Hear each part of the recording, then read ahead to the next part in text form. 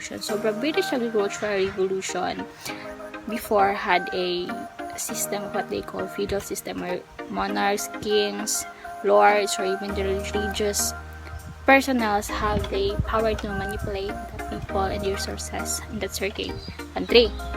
So when the Black Plague happened, kamay na lang tao nabili, nangamatay na halos sa maskin katong mga monarchs nga nagmanipulate sa itong mga tao is nangamatayan Japon. So katulad nga time kay nagamay naman ang population, murag na dayon kanang initiative ang mga tao sa una, or naana sila audacity nga mo stand up sa ilahang rights. Pwede nila mutiwalag ato nga system. So one of the significant changes po din hitabo dato gyud is the enclosure movement.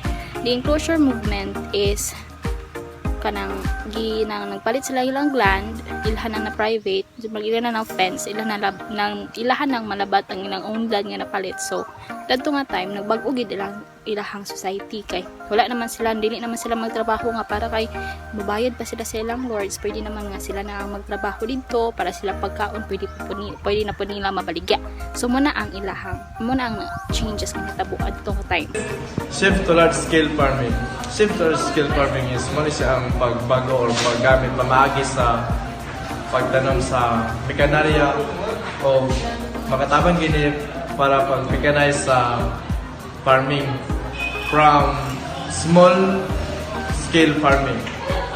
Migration to cities kay isa Japan sa mga social changes na itabo sa una sa British country, kay tungod sa efficient naman kayo ang farming, so dili na kayo nila kinahanglan og mga laborers. So ang mga laborers sa una nga wala na trabaho ni ato gid sa cities kay para makakita sila mga job opportunities lain dito. So naay na mga factories dito sa mundo ilang trabaho, wala na sila salik pa sa farming. So muna ang mga changes pa sa una uban. Ang pamagi sa una kay mano-mano, magabot sa mga tools na padali ang ilang pag-unlad sa ilang industriya.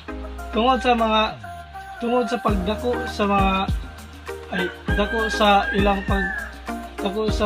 ilang population, nagkadako ang kausaban sa ilang society. Kay intensive farming naman lagi sila, so the agricultural production is nag-increase na, daghan na kayo sa pagkaon, nutritious food, mga diverse food nga ilahang ma-provide. So napod sila mga surpluses nga ilang ma-provide nga para ma-accommodate to tanan katong nagtaas nga population. So pagtaas sa population, dako gyud siya natabang nga nagbago ilang society or na-change ilahang society, kay the more nga nagdaghan ng tao, the more nga naay mahatag nga naay tao nga maka-innovate makatabang sa ilahang research institution, mga organization. So kung nagkadaghan na nagkatao, nagkadaghan na idea nga naghatag para nga mulambo pa ilahang country.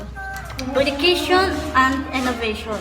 So ang agricultural revolution naghatag og dako nga interest sa ilang scientific farming ug nagpa-improve sa ilang agricultural practices. So, ang mga nagkalain organisasyon, educational initiatives, and research institution nag-emerge daw ug nag-educate ug nag-innovate, leading to the development of the society.